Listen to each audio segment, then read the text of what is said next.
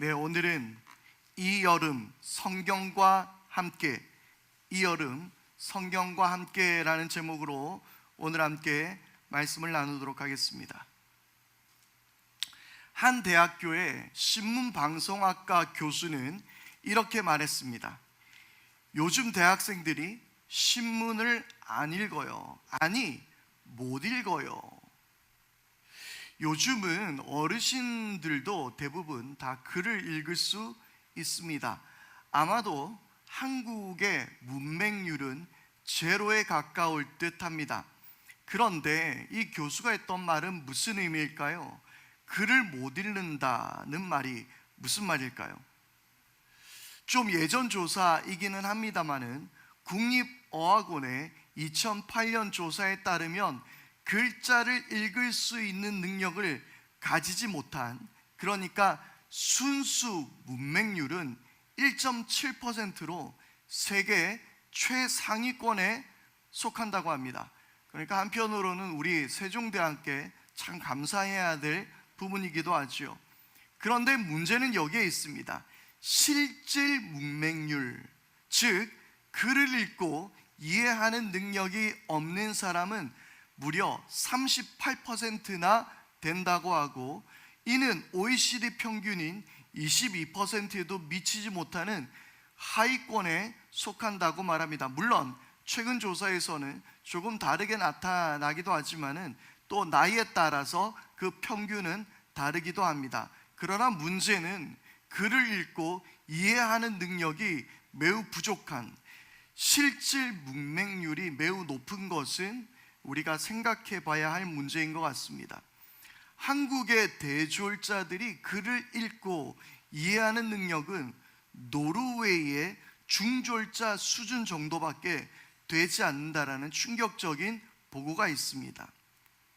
2004년 한국 교육 인적 자원 지표에 따르면 선진 사회의 복잡한 일상에 대처할 수 있는 최소한의 문서 해독 능력을 갖춘 사람은 21.9%이며 전문적인 정보 기술 등 첨단 정보와 고도의 문서 해독 능력을 가진 사람은 2.4%에 불과하다라는 조사가 있습니다.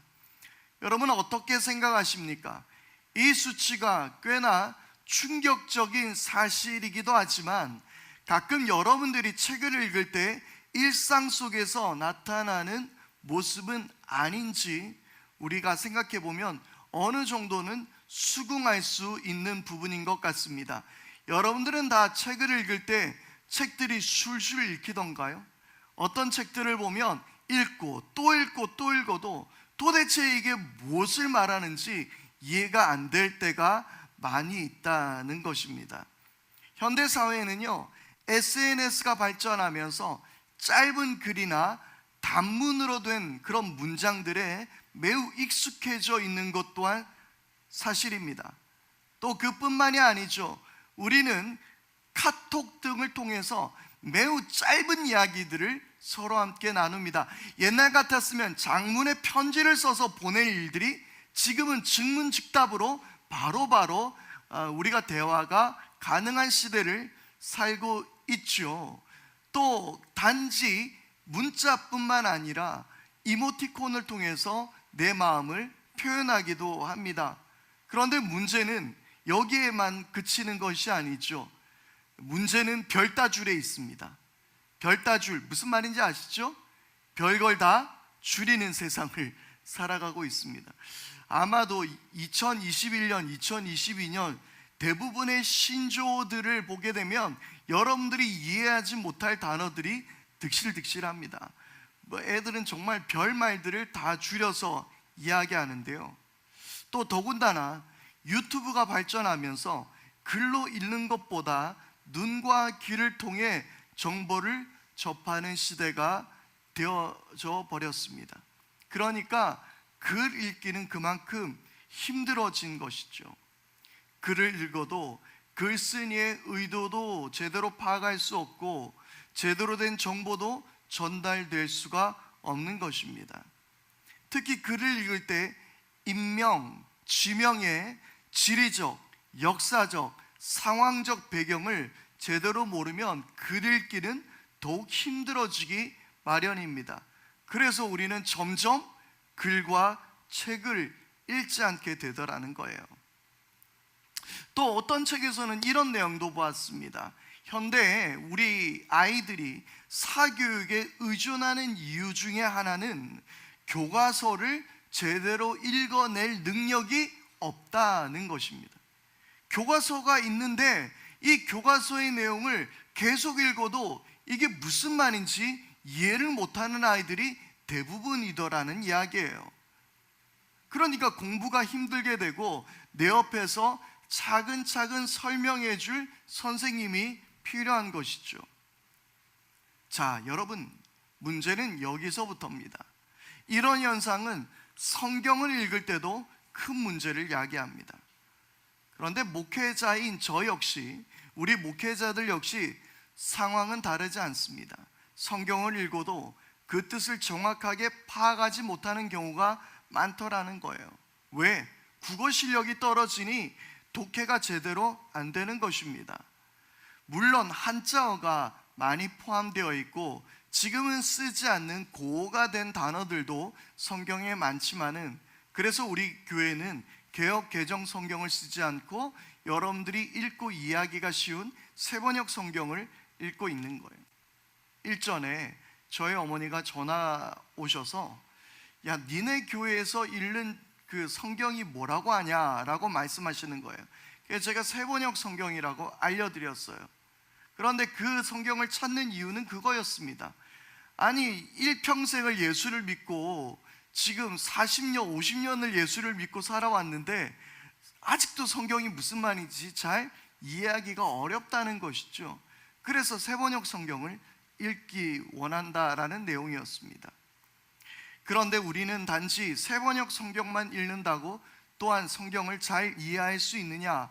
그렇지 않더라는 거예요.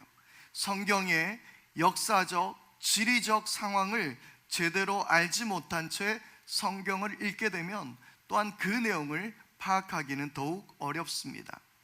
뿐만 아니죠. 성경은요, 무려 3개의 어로 쓰여진 성경이기도 합니다. 히브리어, 아람어, 헬라어, 세 종류의 언어로 쓰인 책이 바로 성경입니다. 그러다 보니 번역된 성경을 우리는 읽게 되는데요, 번역된 성경을 읽다 보니 그 의미를 완전히 파악하는 것은 또 어렵습니다. 그 단어만이 가진, 그 나라 사람만이 알고 있는 그 단어의 뉘앙스를 우리가 이해하기가 어렵기 때문이죠. 그리고 그 단어가 가진 그 특징도 우리는 이해하는 것이 쉽지 않기 때문입니다. 가끔 혼자서 열심히 성경을 읽고는 있지만 정작 성경에 대해서 잘 모르는 분들을 많이 만나게 됩니다. 그럴 수밖에 없어요. 바로 역사적, 지리적, 상황적 배경을 제대로 이해하지 못하기 때문입니다. 그러다 보니 어떤 분들은요, 혼자서 성경을 읽다 보니까, 혼자서 성경을 해석하다 보니까 자칫 이단으로 빠지게 되는 경우들도 있더라는 거예요. 그러함에도 이 성경은요, 우리에게 떼어낼 수 없는, 그리고 떼어내서도 안 되는, 반드시 우리에게 필요한 책입니다. 그래서 오늘은 이 여름 성경과 함께 라는 제목으로 우리가 어떻게 성경과 가까이 지낼 수 있는지, 이 여름을 우리는 어떻게 이 말씀으로 불태우면 안 그래도 더워 죽겠는데 시원하게 해줄 수 있을런지 함께 이야기를 나누는 것입니다. 여러분, 여러분들이 예배 가운데서 은혜를 받았다고 하면 주로 어떤 경우입니까? 아마도 그것은 예배가 좋았다, 예배 은혜 받았다라고 말하는 것은 설교의 은혜를 받은 경우가 대부분일 것입니다. 그 교회가 좋다고 소문이 나면 그 이유는 다 그 목회자의 설교가 좋기 때문이라는 그러한 것이 대부분입니다. 그도 그럴 것이 대부분의 교회에서 예배 시간이 60분인 교회 안에서 그 설교가 차지하는 비중은 30분, 20분 정도 길면 40분 정도도 할애하는 경우들이 많이 있습니다. 어떤 교회는 약 1시간가량 설교를 하는 교회들도 최근에 많이 있습니다. 그러니 여러분들은 매우 다행이라고 여기셔야 됩니다. 제가 1시간까지는 안 가지 않습니까? 그렇죠. 우리 교회 안에서도 예배 시간 안에서 이 설교 시간은 많은 시간을 할애하고 있는 것도 사실입니다. 더군다나 한국 교회에서는요, 매우 독특한 현상이 있습니다. 설교를 우리는 대부분 뭐라고 이야기합니까? 말씀 시간이라고 이야기합니다. 말씀, 설교를 말씀이라고 이야기하죠. 어떻게 보면 목회자를 존경하고 높여주는 차원에서 말씀이라고 했을까라는 생각을 하게 되는데, 사실 그렇지 않죠. 설교를 여러분들은 하나님의 말씀으로 받아들이고 있는 경우가 많이 있다는 거예요. 아니, 대부분이 그러합니다. 사실 한편으로 보면 그런데 이 단어는 잘못된 사용입니다. 목회자의 설교는 말 그대로 설교일 뿐입니다. 하나님의 말씀은 오직 성경이 되어야만 하는 것입니다. 여러분, 그래서요, 여러분들께서는 저희가 설교할 때 굳이 말씀이라고 표현하지 않으셔도 괜찮습니다. 그냥 설교라고 이야기하시면 됩니다. 말씀은 오직 이 성경이 전부인 것을 믿습니다. 그렇습니다. 바로 우리는 이 성경을 하나님의 말씀이라고 합니다. 그러므로 우리는 성경을 읽을 때 천지를 창조하시고 지금도 운행하시며 다스리시는 하나님의 음성으로 들어야 하는 줄 믿습니다. 그래, 우리 교회 안에서는 그래서 이 설교 시간조차 이 성경으로 해석되어진 말씀을 전하는 시간이라고 생각한다면 이 성경은 결코 교회 안에서 떼어놓을 수 없는 우리 교회의 전부라고 말할 수 있을 정도로 매우 중요한 것입니다. 성경은 인간의 역사 중 약 3,500년 정도를 다루고 있으며, 그리고 1600여 년에 걸쳐서 수십 명의 저자가 동원되어 기록된 책입니다. 또 뿐만 아니라 한 글자 한 글자 정성 들여 글을 직접 쓰면서 수천 권의 사본을 만들어 이어온 역사성 있는 책이기도 합니다. 지금 같아서는 인쇄한 것으로 뽑아내어서 그냥, 아니면 목판으로 예전 같으면 찍어서 하겠지만, 성경은요, 이 한 사람 한 사람이 다 필사해서 적어서 만든 것이고요, 더욱이 중요한 하나님의 말씀, 그리고 여호와라는 이름을 쓸 때는 다시 몸을 정결하게 하고 몸을 간정하게 한 후에 그 말씀을 두려운 마음으로 썼다고 합니다. 그러니까 이 성경은 역사적으로도 매우 가치 있는 책이기도 합니다. 이에 관해서 리스트로벨이 쓴 예수는 역사다라는 책에서 이 유명한 기자였던 리스트로벨은 과연 예수의 존재가 역사적 사실인가를 밝혀내기 위해서 취재하던 중 놀라운 사실 하나를 발견하게 됩니다. 그는 과연 신약의 성경을 믿을 수 있는가라는 의심을 가지고 신뢰할 만한 증거가 있는가 하는 것을 취재하기 시작했습니다. 성경의 내용이 오류가 없이 예전에 쓰였던 그것이 그대로 지금까지 내려오고 있는 것인가에 대한 것이죠.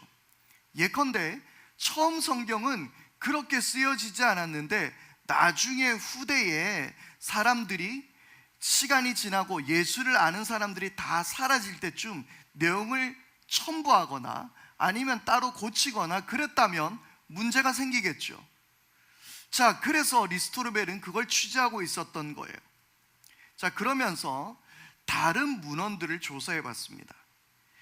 신약 성경에 대해서요, 같은 시대에 쓰여졌던 로마의 역사의 그 역사가인 타키투스가 쓴 로마 제국의 역사라는 책의 경우에 오늘날 사본은요 한 권밖에 남아있지 않습니다.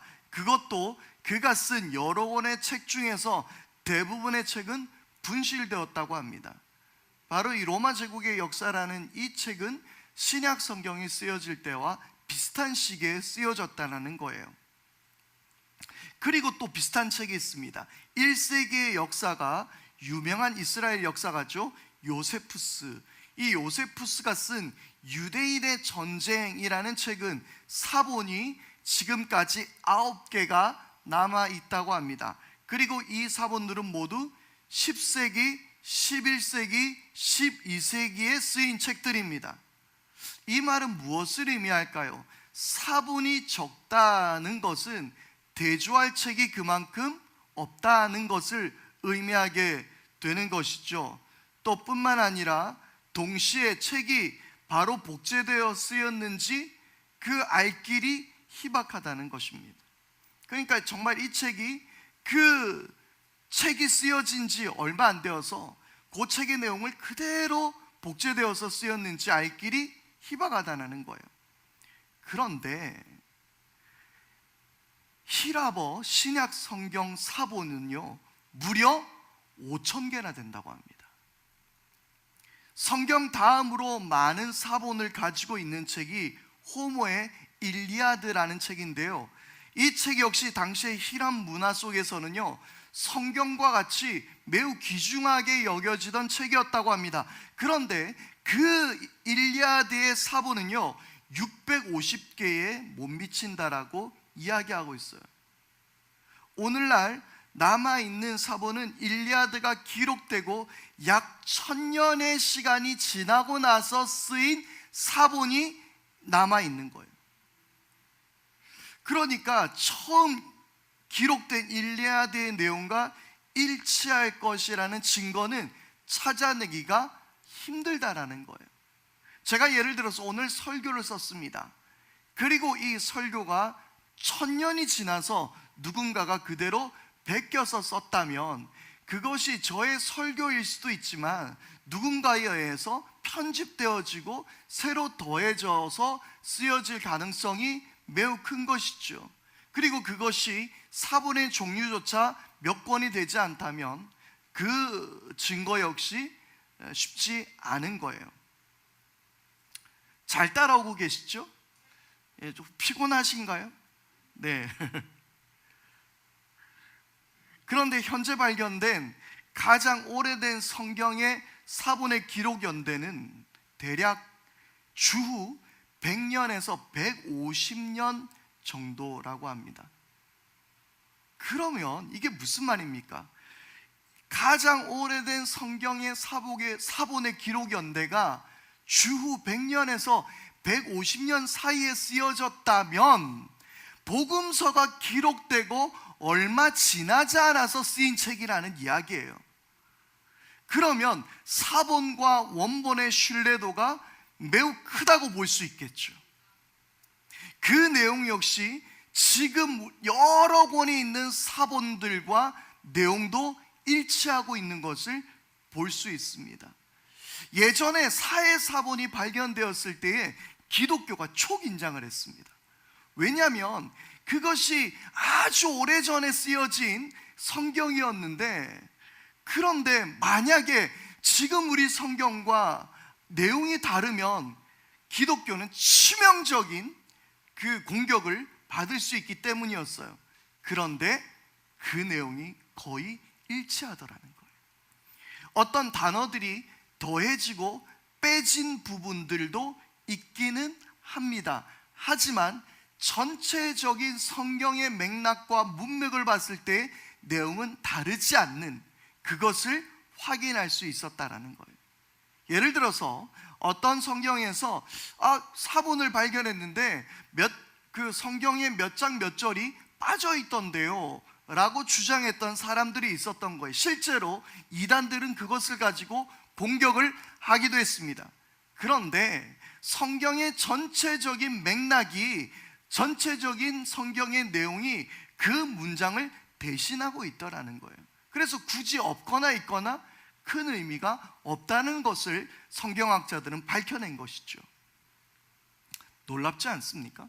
아무도 안 놀라시는 것 같은데, 당연히 성경은 그런 거 아니에요 라고 이해할 수 있을 것 같은데, 정말 이것은요 역사적으로 매우 중요한 가치가 있는 사실입니다.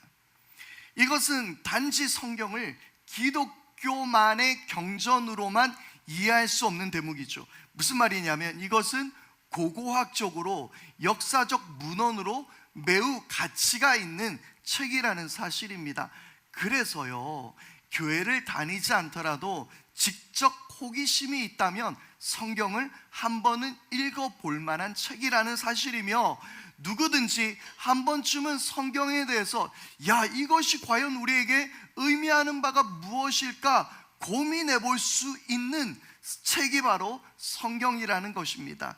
이것만으로 성경은 매우 신뢰할 만한 책일 뿐만 아니라 충분히 읽어볼 가치가 있다는 것입니다. 놀랍으면서도 동시에 안타까운 사실 하나가 있습니다. 이 전 세계에 변치 않는 베스트셀러 1위는 무엇이겠습니까? 그렇죠. 이때까지 제가 성경 이야기했는데 불경 이러면 이상하겠죠. 그렇습니다. 성경이에요. 전 세계 베스트셀러 1위는 성경입니다. 그런데 그 사실과 동시에 가장 읽지 않는 책이 무엇일까요? 성경이라는 사실이죠. 많이 팔린 만큼 또 읽지 않는 책이 성경이라는 것입니다. 여러분, 다시 한번 여러분에게 질문하고 싶습니다. 여러분은 이 기독교에서 가장 중심이며 핵심이며 우리를 이끌어오고 이 역사적으로부터도 신뢰할 만하며 그리고 중요한 가치를 가진 이 성경과 여러분들은 얼마나 친하게 지내고 계십니까? 어떤 분들을 보면은요, 우리 교회는 아닙니다. 우리 교회는 아닌데 어떤 교회를 가보면은요, 이 성경책이 늘 차 안에 있어요. 그래가지고 그냥 주일날 그거 빼가지고 들고 다 해가지고 또 성경 피고 또 갖고 오면 다시 또 성경 넣어놓고, 물론 집에 성경이 많아가지고 그럴 수는 있습니다만은, 글쎄요, 우리가 정말 성경과 친하게 지내고 있는지는 생각해 봐야 할 부분인 것 같습니다. 19세기에 가장 영향력이 있었던 복음 전도자였던 무디가 있습니다. 이 무디의 집회에서 어떤 사람이 무디 목사님에게 찾아가서 이런 질문을 했습니다. 어떻게 하면 평생에 걸쳐 지속되는 영생의 힘을 얻을 수 있겠습니까? 평생토록 식어지지 않는 그 영원한 생명의 힘을 내가 어떻게 얻을 수 있겠습니까? 그러니까 무디 목사님이 이렇게 답했습니다. 당신의 그 바람이 마치 전생에 걸쳐 먹을 모든 식사를 단 한 번의 식사로 해결하려는 것과 같습니다. 여러분, 우리는 매일마다 밥을 먹어야 되죠. 그런데 나 평생에 밥 안 먹을 수 있도록 한 번에 내 평생에 먹을 양을 다 먹어야겠어 라고 말하는 사람은 없을 뿐더러 그렇게 먹을 수도 없고 그런 일이 있을 수도 없는 이야기죠. 마찬가지로 우리의 성경 말씀은 매일마다 우리가 섭취해야 하는 생명의 양식인 줄 믿습니다. 여름 수련회 기간이에요. 지금 전국에서는 여름 수련회를 하고 있습니다. 전국에서는 아이들이 저마다 여름 수련회 성경학교에 참석을 합니다. 특히 여름 수련회의 그 꽃이라고 이야기한다면 아마도 뜨거운 예배 시간이겠죠. 정말 아이들은요, 열정을 다해서 하나님을 찬양합니다. 그리고 말씀 가운데 큰 은혜를 아이들은 받게 됩니다. 그리고 눈물을 흘리며 기도하고 회개를 하고 결단하는 모습들을 발견할 수 있게 됩니다. 그런데 우리 어른들이 늘 아이들에게 하는 이야기가 뭐죠? 거기 갔다 오면 인생 다 바뀔 줄 알았는데 머지않아 식어버리더라는 거예요. 니는 집에 와서 맨날 다시 돌아갈 거 뭐하러 그렇게 수련회를 가냐? 그렇게 때로는 아이들에게 야단을 치기도 합니다. 집회의 뜨거움은요, 길어봐야 3개월, 아니 한 달도 못 갑니다. 그런데 우리 아이들 뿐이던가요? 우리들 역시, 어른들 역시 부흥 집회에서 어느 목사님의 말씀을 통해서, 어디 인터넷에서, 유튜브를 통해서, 말씀을 통해서 은혜를 받게 되는데요, 그런데 그 은혜를 받으면 그 기간이 어느 정도이던가요? 한 달 가던가요? 한 석 달 가던가요? 금방 식어버리는 우리들의 모습을 발견할 수 있어요. 왜입니까? 왜 우리는 그 결단이 오래 가지 못하겠습니까? 왜 우리는 금방 식어버리는 우리의 열정을 발견하게 되는 것입니까? 아까 무디 목사님께 이야기와 같은 거예요. 성경을 가까이 하지 않아서입니다. 매일마다 그 양식을 먹지 않아서입니다. 성경은 사랑하면 할수록 우리의 신앙을 더 견고하게 만들 수 있습니다. 그리고 영원히 지속되는 생명력을 얻게 될 것이라고 무디 목사님은 이야기하고 있습니다. 여러분, 성경을 사랑하십시오. 사랑하면 할수록 우리의 신앙은 더 견고해질 줄 믿습니다. 그리고 식지 않는, 영원히 지속되는 영원한 생명력을 우리 모두는 다 소유하게 될 줄 믿습니다. 존 파이퍼 목사님은요, 성경 읽기에 관해서 이렇게 이야기했습니다. 성경 자체가 보여주는 성경 읽기의 궁극적 목표는 하나님의 무한한 존귀함과 아름다움이 각 족속과 방언과 백성과 나라 가운데서 피 흘려 사신 그리스도의 신부가 영원토록 드리는 뜨거운 예배 가운데 높임을 받으시는 것입니다. 성경을 통해서 하나님의 그 놀라운 사랑, 그 하나님의 놀라운 영광, 무한한 존귀함, 그리고 하나님의 말로 표현할 수 없는 그 아름다움이 우리 성경에 충만한 줄 믿습니다. 그래서 우리 모든 족속과 백성과 나라, 이 모든 가운데서 피 흘려 사신 우리 모두는 이 뜨거운 그 하나님 앞에 뜨거운 예배를 올려드릴 수 있게 되는 것이죠. 말씀은, 성경은 우리로 하여금 그 영원한 예배를 결코 꺼지지 않게 하는 능력이 있는 줄 믿습니다. 왜 우리의 예배가 매주, 아니 그 매일마다 뜨겁지 않은 것이겠습니까? 왜 우리 가운데서 예배하고 싶은 마음이 생기지 않는 것일까요? 왜 그 유튜브 한번 클릭해가지고 그 새벽 예배 같이 하지 않는 그런 마음이 왜 생기는 것일까요? 여러분, 그 이유는요, 우리가 말씀과 가까이 하고 있지 않기 때문입니다. 이것은 설교를 통해서 나에게 도전되어져서 말씀을 읽기 시작하는 게 아니에요. 여러분, 그렇게 읽기 시작하는 건요, 아까 말씀드렸죠, 며칠 가지 못합니다. 하지만 결단해야 됩니다. 내가 이 말씀을 읽겠다라고. 그래서 한 장, 두 장 읽다 보면 그 우리의 신앙은 더욱 견고하게 되고 더욱더 뜨거운 마음으로 하나님을 예배할 수 있게 되는 줄 믿습니다. 여러분, 예배하는 동력은 바로 이 성경 안에 있는 것입니다. 이 연료를 우리 가운데 채우지 못한다면 우리의 열정은 달릴 수 없게 되는 차와 마찬가지이죠.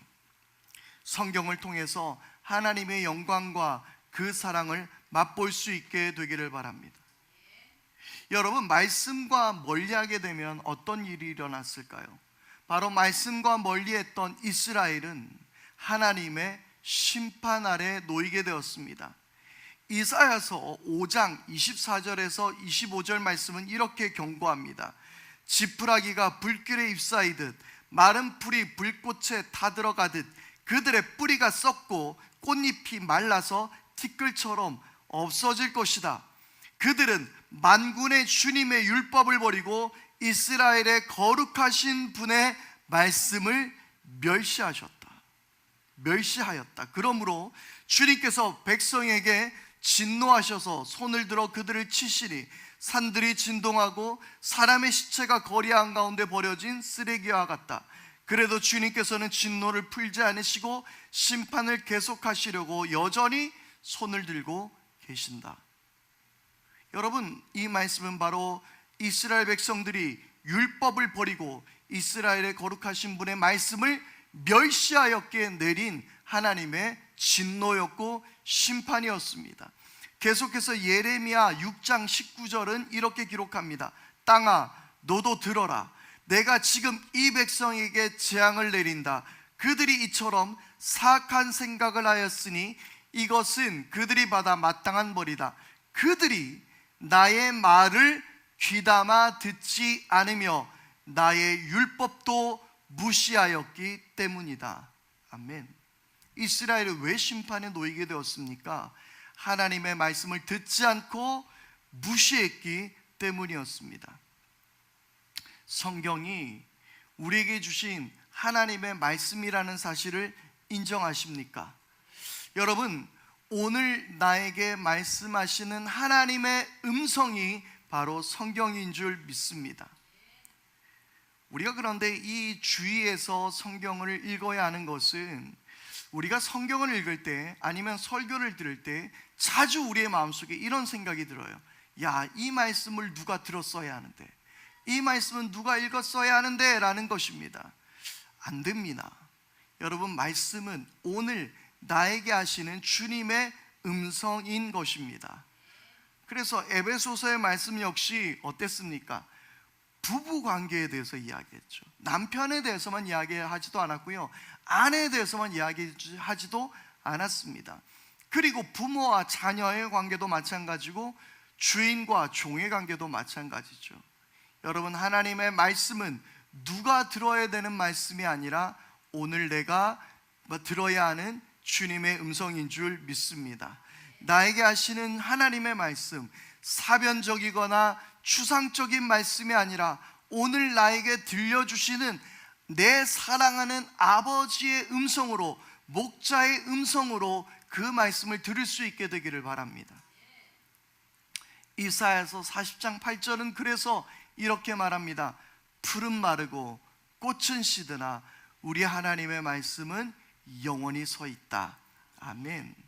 하나님의 말씀은 인류의 역사 가운데서, 그 이스라엘 역사 가운데서 그 현장 속에서 선포된 말씀이며 동시에 시대를 뛰어넘어 오늘 우리를 변화시키는 영원한 하나님의 말씀인 줄 믿습니다. 히브리서 4장 12절 말씀이죠. 하나님의 말씀은 살아있고 힘이 있어서 어떤 양날 칼보다도 더 날카롭습니다. 그래서 사람 속을 꿰뚫어 혼과 영을 갈라내고 관절과 골수를 갈라놓기까지 하며 마음에 품은 생각과 의도를 밝혀냅니다. 아멘. 이것이 하나님의 말씀입니다. 오늘 나의 사람의 속, 나의 마음속 혼과 영을 찔러 쪼개고 관절과 골수를 갈라놓으며 우리 마음속에 품은 의도, 품은 생각을 밝혀내고 변화시키는 것이 하나님의 말씀의 능력인 줄 믿습니다. 그러므로 여러분들이 말씀을 들을 때에 누가 내 이야기를 목사님에게 알려줬나? 저 이야기는 이상하게 나한테 하는 이야기인데? 라고 생각하신다면 그것은 하나님의 말씀을 바로 듣는 겁니다. 여러분, 이 모든 말씀은 바로 여러분들을 위해 하시는 하나님의 말씀인 것이에요. 그러므로 제가 영빨이 좋아가지고 기도해 보니까 집사님이 이게 문제 같아, 내가 설교 때 그걸 해야겠어, 딱 얼굴만 보니까, 눈빛 보니까 이게 지금 문제야, 그래서 내가 설교를 이거 해야겠어. 이렇게 되면 얼마나 좋겠습니까? 모릅니다. 제가 어떻게 알겠습니까? 그러나 그렇게 찔리는 것은 하나님의 말씀은 살아있고 운동력이 있는 말씀이기 때문에 그렇습니다. 우리의 모든 삶을 변화시키는 하나님의 말씀이 여러분들에게 들려지고 읽혀질 수 있기를 바랍니다. 리차드 백스터의 성도의 영원한 양식에서 그는 성경에 대해서 이렇게 기록했습니다. 성급한 자여 조용히 앉아서 욥과 속삭이라. 한 가지 일에 몰두하는 자여 모세와 베드로의 기사를 읽으라. 유약한 자여 엘리야를 보라. 마음에 노래가 없는 자여 다윗에게 들으라. 정치가들이여 다니엘서를 읽으라. 실망과 암흑 가운데 있는 자여 이사야서를 읽으라. 마음이 냉랭한 자여 사랑의 사도를 가까이 하라. 신앙이 얕은 자여 바울을 주목하라. 안일한 자여 야고보서를 잊지 말라. 장래에 소망이 없는 자여 요한계시록으로 약속의 땅을 알라. 성경의 모든 말씀은 오늘 우리 가운데 하시는 주님의 음성인 거예요. 그러므로 성경보다 더해질 말씀은 없습니다. 설교자 역시 성경 이외에 기록되지 않은 이야기를 할 필요도 없고 해서도 안 됩니다.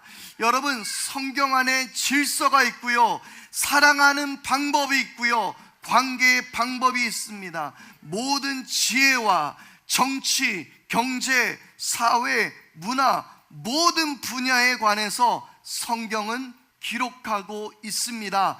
성경은 반드시 여러분들에게 답할 것입니다. 성경은 반드시 여러분들의 기도에 응답할 줄 믿습니다.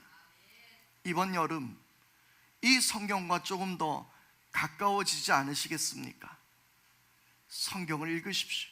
성경 읽는 것이 어렵다면 조금 더 이 말씀을 쉬운 걸로 읽으십시오. 유진 피터슨의 메시지 성경도 좋은 예입니다. 또 뿐만 아니라 여러분들이 또 설교 말씀이나 이런 것들을 책으로 또 읽는 것도 좋은 영적 훈련이 될 수 있습니다. 단지 듣고 넘기지 말고요, 말씀을 읽고 가까워지실 수 있기를 바랍니다. 그래서 우리는 다음 주 성경과 좀 더 친숙해지기 위해 성경의 높은 산과 고비를 넘어설 수 있도록 도움을 드리는 시간을 가지려고 합니다. 창세기, 출애굽기는 어찌어찌 읽었는데 레위기에 접어들자 레위기가 그래서 뭐라고 이야기합니까? 내 위기라고 이야기합니다. 레위기는 성경을 읽는데 위기가 됩니다. 그래서 이 모든 위기의 시간들을 넘어설 수 있도록 여러분들에게 바이블 투어, 창세기부터 요한계시록까지 함께 이 여행을 떠나고자 합니다. 여러분, 기대하면서 이 여름을 하나님 아버지의 말씀으로 충만한 여러분들이 될 수 있기를 바랍니다. 우리 오늘의 말씀을 결단하면서 달고 오묘한 그 말씀, 생명의 말씀, 주의 말씀은 꿀보다도 더 답니다. 주의 말씀은 이 세상의 어떤 것과도 비길 수 없습니다. 주님의 말씀이 내 발의 길이요 진리요 생명이 되어 주십니다. 우리 그렇게 함께 고백하면서 이 시간 함께 찬양하겠습니다.